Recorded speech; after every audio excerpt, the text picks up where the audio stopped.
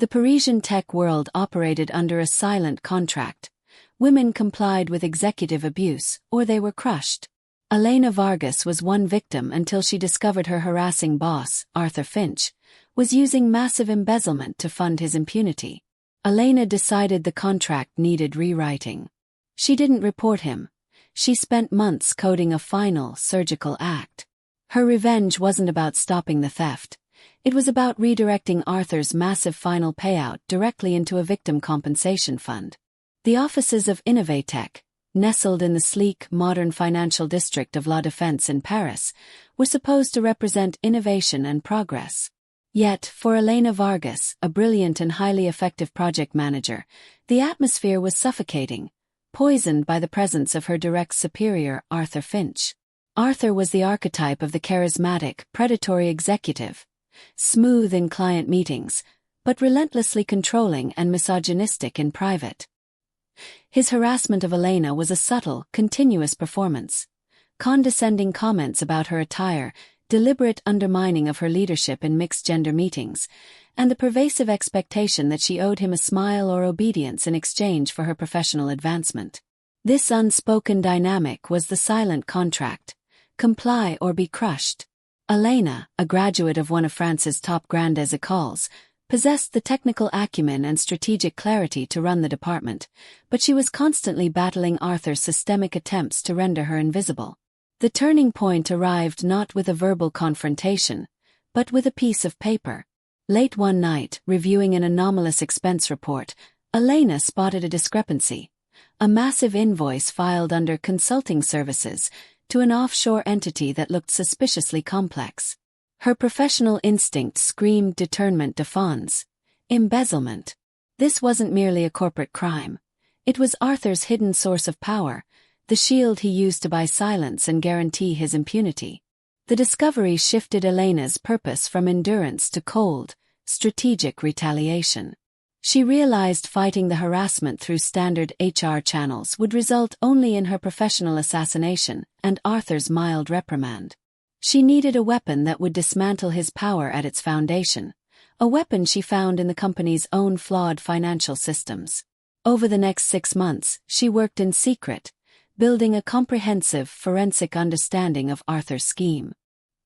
He was using a network of fake consulting firms, routing massive sums from Innovatech's operational budget through shell corporations in Switzerland, accumulating a private fortune that would soon allow him to disappear and fund his abusive lifestyle indefinitely. The scale of Arthur's next planned transfer was astronomical: a single massive payout scheduled just before the holiday season, designed to bleed the company dry before the year-end audit. This massive scheduled transfer became the precise target of Elena's revenge. Elena, armed with her technical expertise, began working on an elaborate interception plan. Her goal was not to recover the money for Innovatech, that would expose her, but to redirect it. She spent weeks meticulously setting up an untraceable, anonymous foundation, the Fonds de Justice Silencieux, Silent Justice Fund, designed to provide financial and legal aid to Arthur's known and rumored victims of workplace abuse and financial fraud.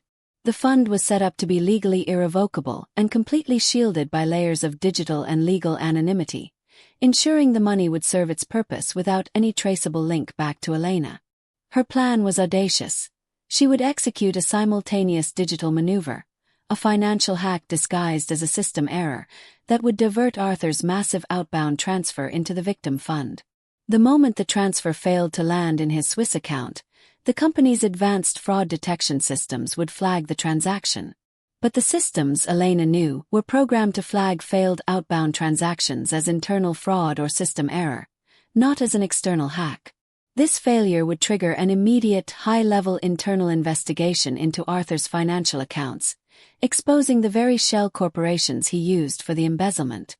Elena continued to play the role of the subservient, quiet project manager, enduring Arthur's increasingly brazen slights. Her professional detachment was perfect, giving Arthur the illusion that his manipulation was working.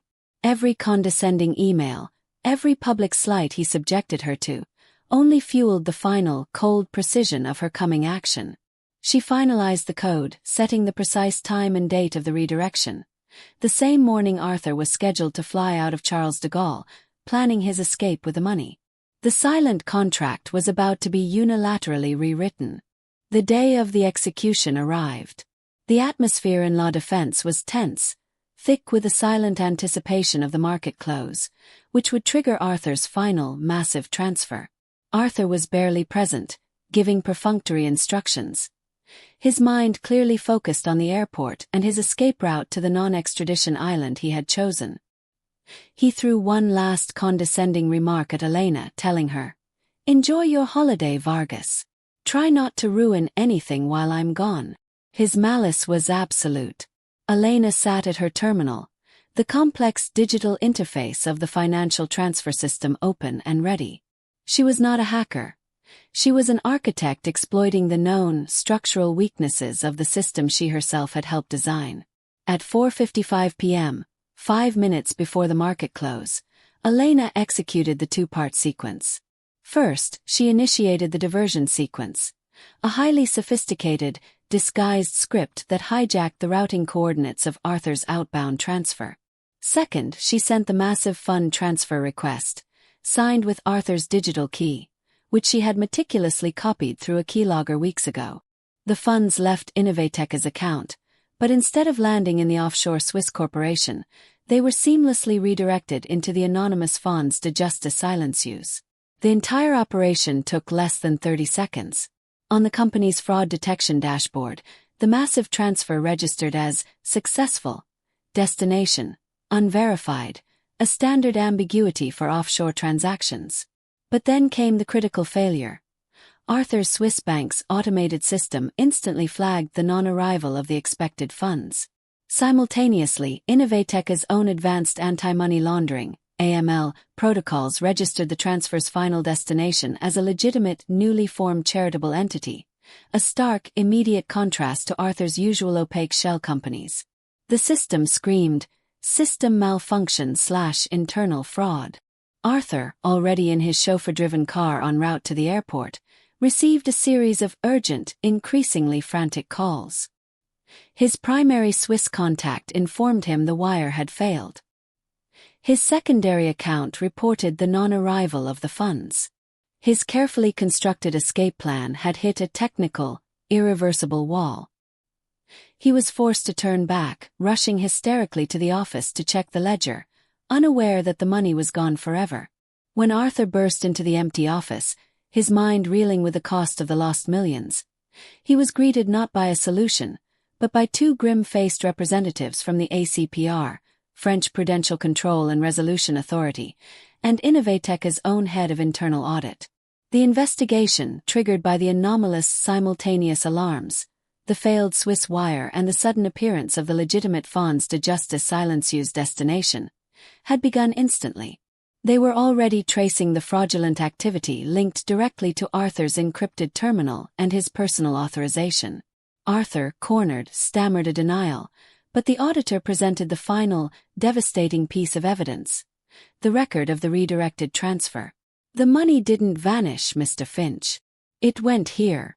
The auditor displayed the name of the final recipient: Fonds de Justice Silencieux, Victim Compensation.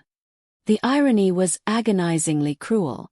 The public, legitimate nature of the fund immediately suggested the true motive behind the transfer failure was either revenge or ethical self-correction, forcing the ACPR to investigate Arthur's management practices rather than a simple external hack. Elena was not there.